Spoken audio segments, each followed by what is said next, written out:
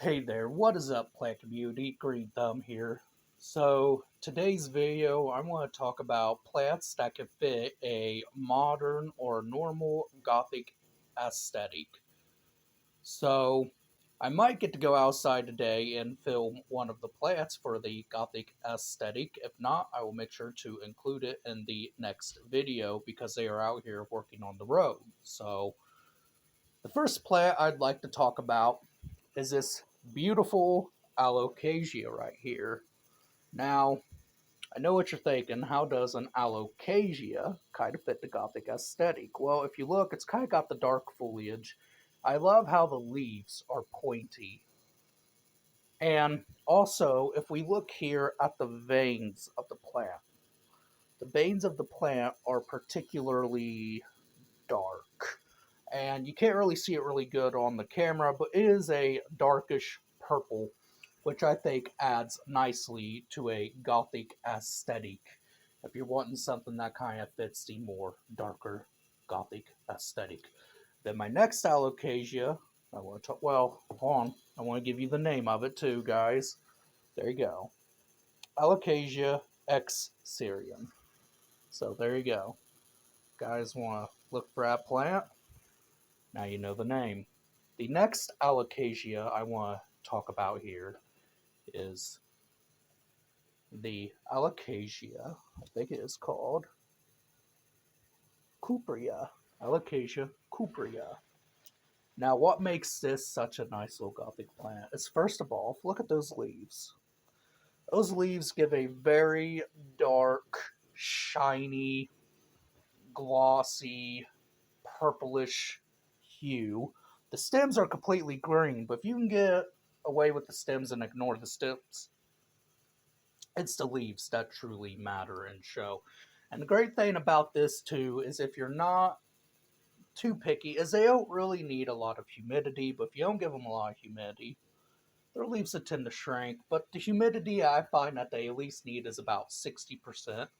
So long as you can keep the humidity around somewhere like that, their leaves will get about that big.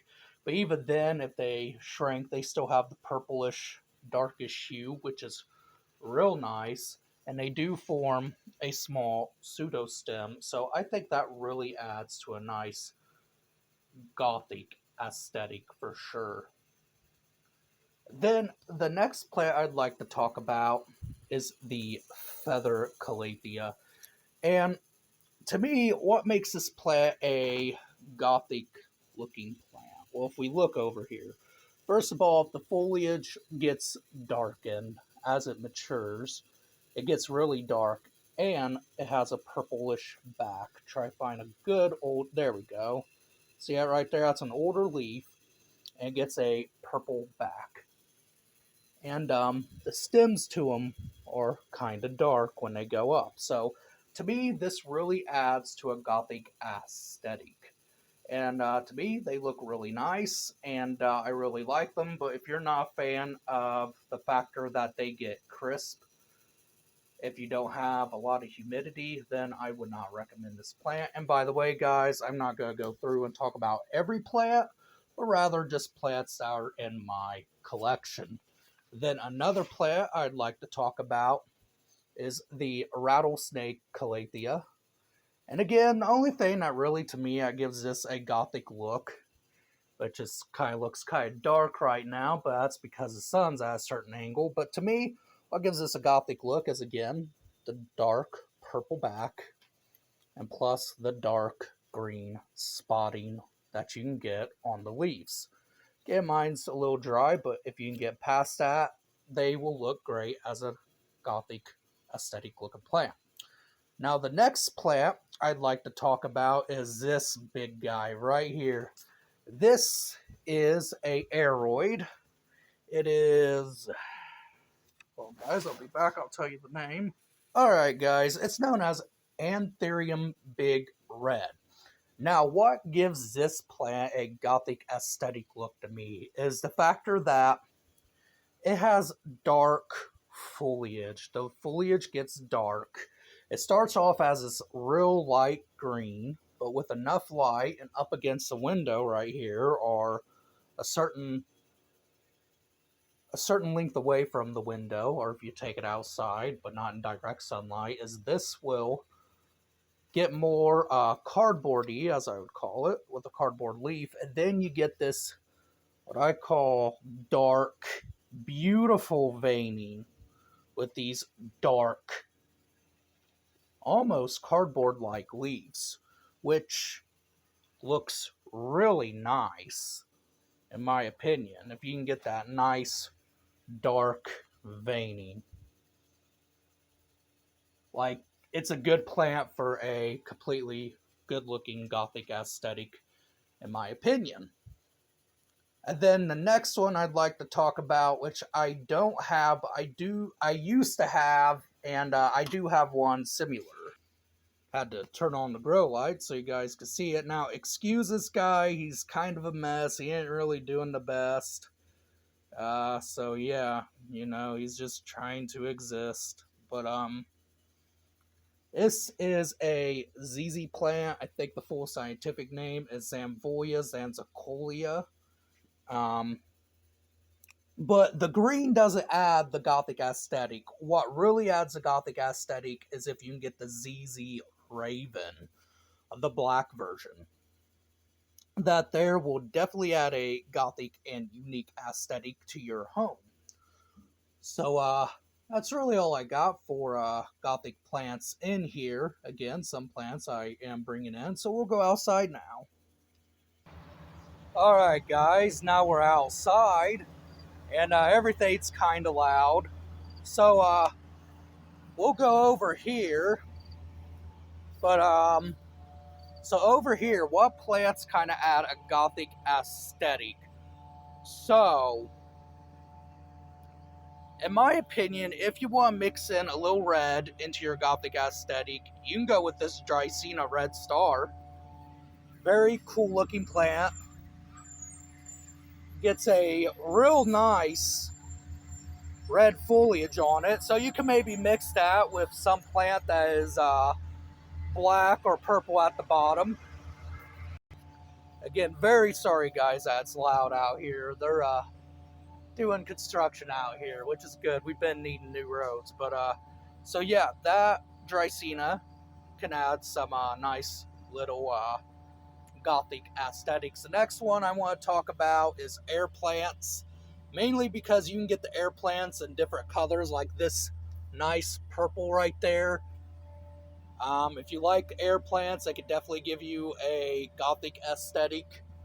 Another one over here is the big old red one I got. I think it can add a Gothic aesthetic. Again, that's only if you want to add red to your aesthetic. Okay, so now we're going to go over here where the fan's blowing, so I'm going to try to talk a little loud for everybody to hear me. The next one that I think really brings in a Gothic aesthetic is the Ficus burgundy. Now, what makes this plant kind of a Gothic have? Wanted to move it out and further away from the fern for you guys to see. So, what makes this kind of Gothic? So, in my opinion, what makes this Gothic is the factor that the foliage will get nice, dark, and burgundy. And again, it goes along with that red aesthetic too, that classic red and black goth aesthetic. You got that red little cover. I don't know what you call that, but it comes on the leaf before it fully emerges. And then on it, you get a real dark burgundy vein that looks real nice and red, and real dark foliage. And they just look really great, really amazing trees. And then the next plant I'd like to talk about is the Wandering Jew or Wandering Dude or any Tridescantias that ain't light colored. The Tridescantia, I think, adds a nice Gothic aesthetic just because they can get a nice dark purple on them and dark foliage. So, they can look kind of nice, and they can definitely look Gothic in a way if you compare it with the correct plants. So, like, for example, if I just wanted this whole aesthetic right here to be dark, I would combine this with that. And maybe if I wanted to, kangaroo paw, just because they get dark veins on their stems right there. But, yeah, I mean, kangaroo paw, if you guys want to add that one in too. I'm not sure how many people would really love this as a gothic cool aesthetic. Mainly because, well, it's a fern. I consider it more Victorian goth. But, you know, you do have these black stems and the black veins. And so, I don't know. If you're fine with that and it having more green, then, well, yeah, you can go ahead and add this guy in too then. But, otherwise than that, that's really about all I have for gothic aesthetic plants. The next video I will be doing on will be Victorian Gothic aesthetic plants. So this is going to include a lot of plants that are classic or is considered overrated by today's standard.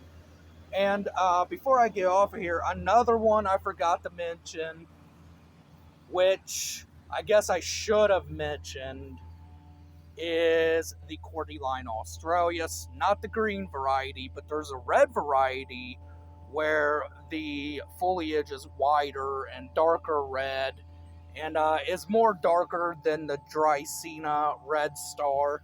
I think those could definitely add a gothic aesthetic if you're looking again for some red and black. But yeah, and then unless you want something in the garden itself. But again, you can definitely add the Dracenas in the garden as annuals or perennials, depending if you want to protect them again with really any plant you want, including alocasia, if you want that kind of gothic aesthetic in the garden. But the other one I forgot to mention before I did get off, it's the coral bells. To me, they add a gothic aesthetic just because they are purple and they're very, very dark purple. So if you're looking for something dark, then there you go.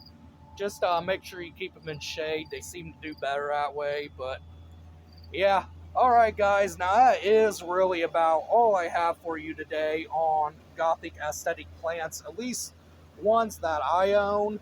And like I said, next week, well, not next week, but anytime soon, whenever I get a chance. But we will be doing more Victorian Gothic plants, and that's where a lot of ferns are going to come and play, and a lot of palm trees. So be ready for that, guys. Otherwise than that, I hope you guys enjoyed the video. And as always, keep it real and definitely keep it tropical.